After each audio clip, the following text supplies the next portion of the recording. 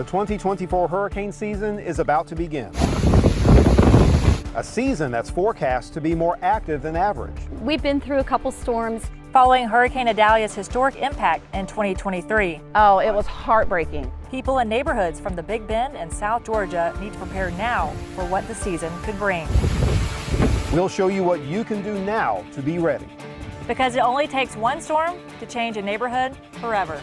The 2024 Prepare Now Hurricane Special begins right now on ABC 27.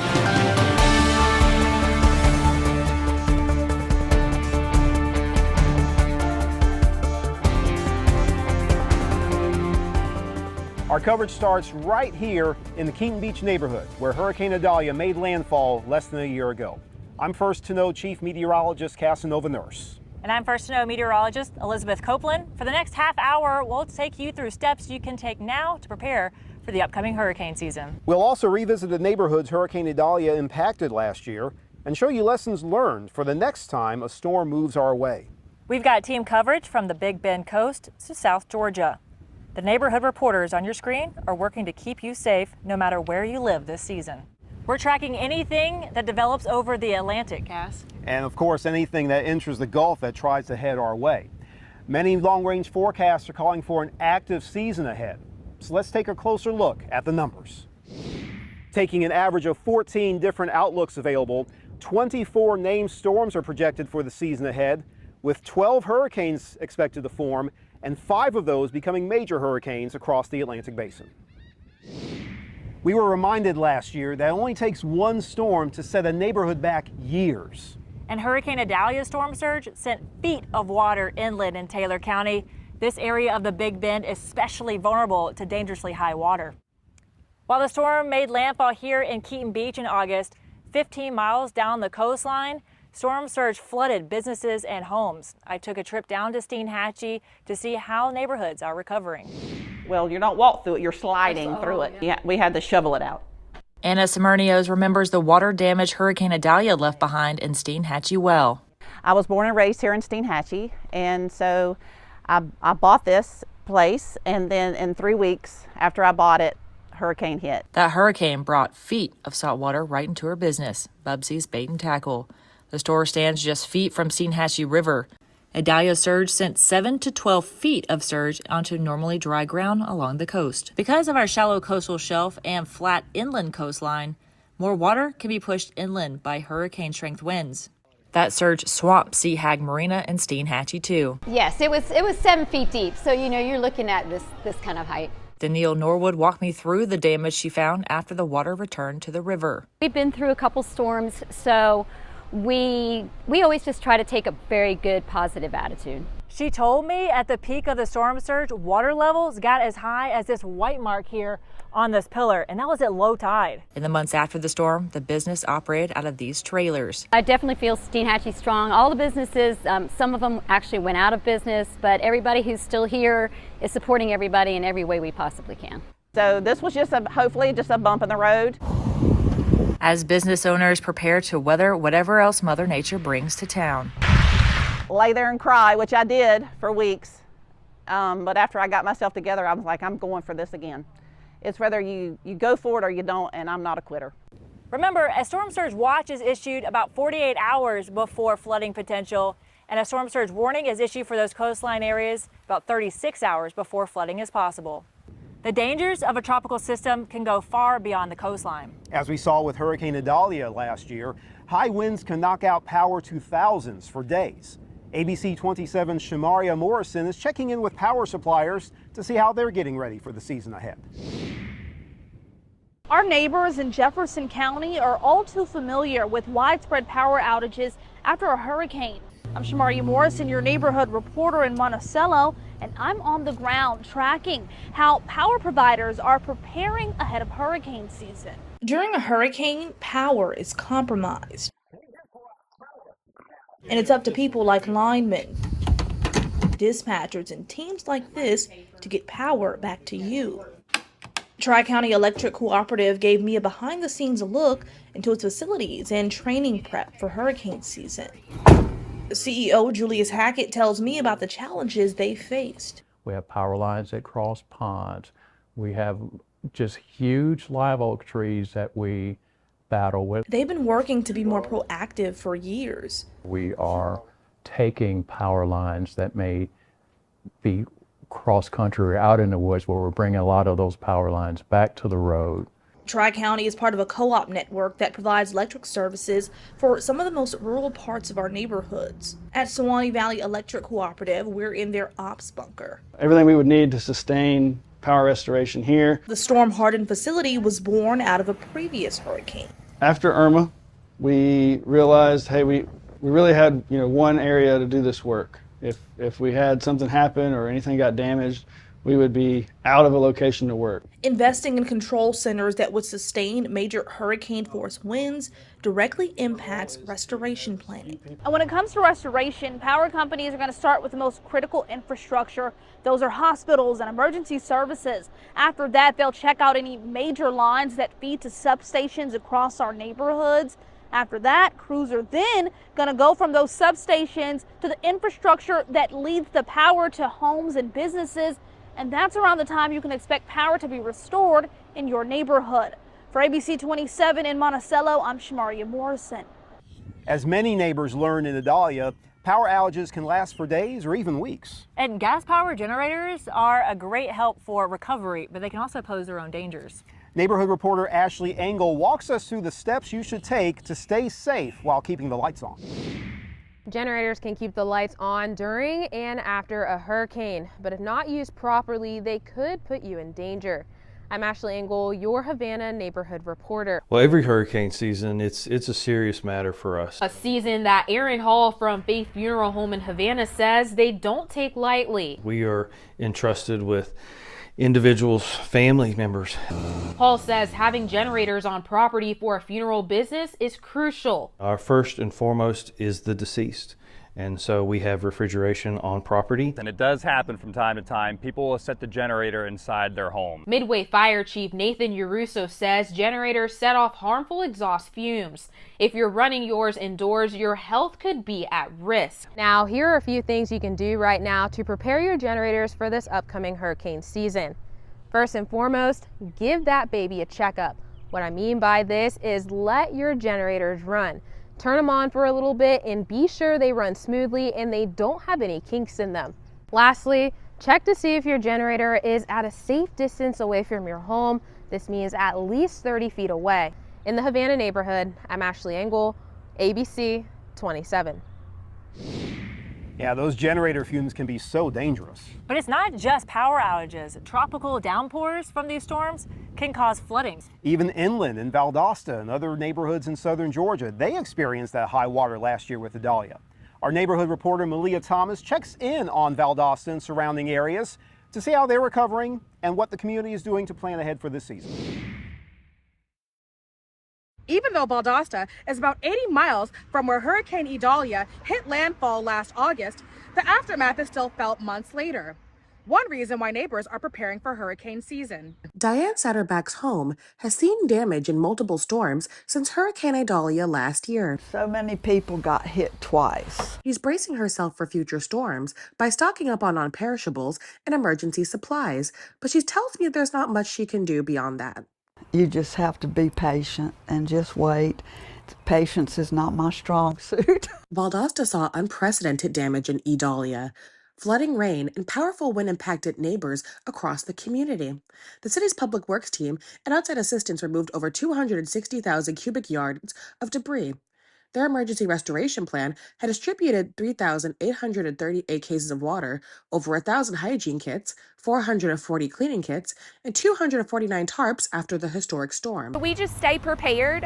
Nothing has really changed on our level. Megan Barwick, County Information Officer, tells me that their response to hurricane damage hasn't changed since Idalia, but the county has still been educating the public on storm preparedness in the event of another major storm. Here's how EMA Lowndes is encouraging neighbors to prep: make an evacuation plan, assemble disaster supplies, create a communication plan, and strengthen your home ahead of any storms, the last of which Diane tells me she's getting a head start on. Much as I love trees, I'm taking those 4 pine trees down and just, trying to trim things up that need trimming up. In Valdosta, I'm Malia Thomas, reporting for ABC 27. Our coverage is just getting started. You're very likely familiar with this, the forecast cone. I'm First to Know meteorologist Riley Winch in the Collegetown neighborhood, and coming up, we'll let you know about these changes and what it means for you. When hurricanes threaten neighborhoods in the Big Bend, some school districts convert schools into shelter for your safety. Neighborhood reporter Kendall Brandt checks in with Leon County schools to see what their plans are for this hurricane season. You could end up at a school near you. I'm Kendall Brandt at Lincoln High School, one of the several schools in our area that turns into a shelter when we see storms like hurricanes. Take a look at this map. It shows all of the shelters that were activated last year during Hurricane Idalia. School safety analyst Pedro Rebelido is one of the people responsible for turning these Leon County schools into a safe haven. It usually doesn't take that long. This past season, we were able to activate 11 sites and within 6 hours of being fully operational by the end of the school day. Once neighbors get to that school, they will have a small space of their own. It's about 20 square feet, just enough room for a blow-up mattress or a cot and some extra space, and that's required by state law. Once those shelters are activated, the emergency management will send out a notification via the emergency alert system and the Leon County Citizens Connect app. If it's safe to stay home, save the shelter resources for your neighbor. In Southeast Tallahassee, Kendall Brandt, ABC 27. And having that evacuation plan and knowing your evacuation zone is so important, especially if you live along the coast.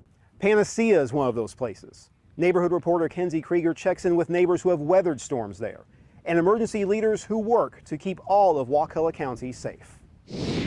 Neighbors who live along the coast in Wakulla County know just how fast that water can come up here.